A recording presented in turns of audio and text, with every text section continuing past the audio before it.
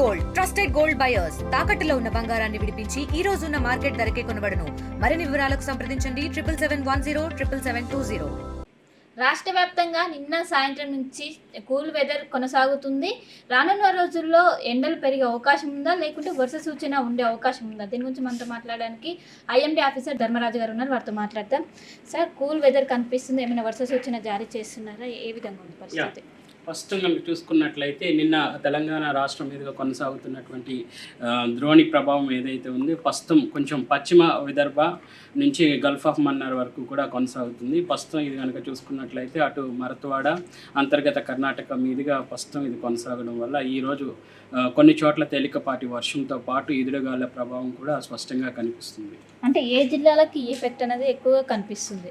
ముఖ్యంగా చూసుకున్నట్లయితే ఈరోజు హెచ్చరికలు కనుక చూసుకున్నట్లయితే ఇటు ఉత్తర అలాగే పశ్చిమ కొన్ని దక్షిణ జిల్లాలకు కూడా ఈ యొక్క ముఖ్యంగా ఈదురుగాలుల ప్రభావంతో పాటు ఈ థండర్ యాక్టివిటీ అనేది కూడా కనిపిస్తుంది. ఈవెన్ సిటీలో కూడా మనకి ఈదురుగాలుల ప్రభావం గంటకు 40 నుంచి 50 కిలోమీటర్ల మేర ఉండే అవకాశం అయితే కనిపిస్తుంది. అలాగే ఇక చూసుకున్నట్లయితే ఉమ్మడి వరంగల్ జిల్లాల్లో కూడా మనకి తేలికపాటి వర్ష సూచనతో పాటు ఈదురుగాలుల ప్రభావం గంటకు 30 నుంచి 40 కిలోమీటర్ల వేగంగా వచ్చే అవకాశం కూడా కనిపిస్తుంది. అంటే మధ్యాహ్నం నుంచి వెదర్ చేంజ్ అయ్యే ముఖ్యంగా చూసుకున్నట్లయితే ఎప్పుడైతే మనకి సూర్యరశ్మి భూమి మీద పడుతుందో కంటిన్యూగా మధ్యాహ్నం ప్రాంతంలో మనకి ఎక్కువ ఎండ తీవ్రత సమయాల్లోనే మాత్రమే ఇట్లాంటి వెదర్ అనేది చేంజింగ్ ప్యాటర్న్ కనిపిస్తూ ఉంటుంది. ఈరోజు కూడా మనకి సుమారు మధ్యాహ్న సమయంలో కానీ సాయంత్రం సమయాల్లో మనకి ఈదురుగాలుల ప్రభావంతో పాటు తేలికపాటి వర్ష సూచన కూడా కనిపిస్తుంది. అంటే ఈరోజు 4 గంటలకి వరంగల్లో సభ కూడా ఉన్నది, ఒకవేళ బీఆర్ఎస్ పార్టీకి సంబంధించింది. దానికి ఏమైనా ఎఫెక్ట్ పడే అవకాశం ఉందా? మన అంచనాల ప్రకారం కనుక చూసుకున్నట్లయితే ఈరోజు ఇక్కడ చూసుకున్నట్లయితే ఉమ్మడి వరంగల్ జిల్లాల్లో ఆల్మోస్ట్ మనకి ఎల్లో కలర్ వార్నింగ్ అయితే ఇవ్వడం జరిగింది. ఇక్కడ చూసుకున్నట్లయితే ఇక్కడ గాలి తీవ్రత గంటకు 30 నుంచి 40 కిలోమీటర్ల మేర ఉండి తేలికపాటి వర్ష సూచనతో పాటు ఉరుముల మెరుపులతో కూడినటువంటి వాతావరణం కూడా ఉండే అవకాశం కనిపిస్తుంది. ప్రస్తుతం ఉష్ణోగ్రతలు ఏమైనా తగ్గుముఖం పట్టాయా?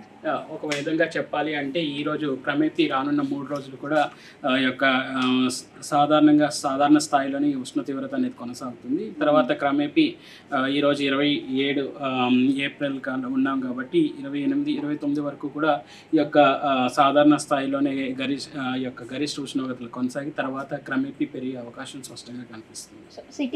సిటీలో ఏమైనా వర్షాలు వచ్చే అవకాశాలు? ఈ రోజు కూడా సిటీ కనుక చూసుకున్నట్లయితే ఈ రోజు తేలికపాటి వర్ష సూచనతో పాటు గాలి తీవ్రత సుమారు 40 నుంచి 50 కిలోమీటర్ల మేర ఉండే అవకాశం అయితే కనిపిస్తుంది.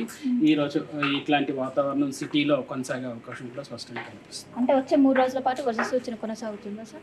ప్రస్తుతం కనుక చూసుకున్నట్లయితే ఈ రోజు మాత్రం మనకు కొంచెం వర్ష సూచన అయితే స్పష్టంగా కనిపిస్తుంది. తర్వాత రేపు ఎల్లుండ కూడా కొంచెం తెలంగాణ రాష్ట్రం అంతటా కూడా కొంచెం పొడిబారినటువంటి వాతావరణం అలాగే సాధారణ స్థాయిలో ఉష్ణ తీవ్రత కొనసాగినప్పటికీ కూడా తర్వాత క్రమేపీ యొక్క ఉష్ణ తీవ్రత పెరిగే అవకాశం స్పష్టంగా కనిపిస్తుంది.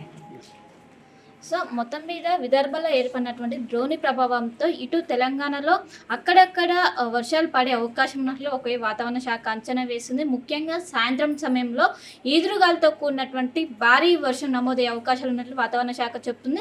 ఈరోజు సాయంత్రం వరంగల్లో బీఆర్ఎస్కి సంబంధించినటువంటి సభ ఉంది. దానికి ఒకవైపు ఈ వెదర్ ఎఫెక్ట్ అనేది పడే అవకాశం ఉంది. ఎందుకంటే ఈదురుగాలు గంటకు 40 నుండి 50 కిలోమీటర్ల వేగంతో వీచే అవకాశం ఉన్నట్లు ఒకవైపు వాతావరణ శాఖ అధికారులు చెప్తున్నారు. వచ్చే 3 రోజుల పాటు కూడా ఈ ద్రోణి ప్రభావం ఉంటుంది.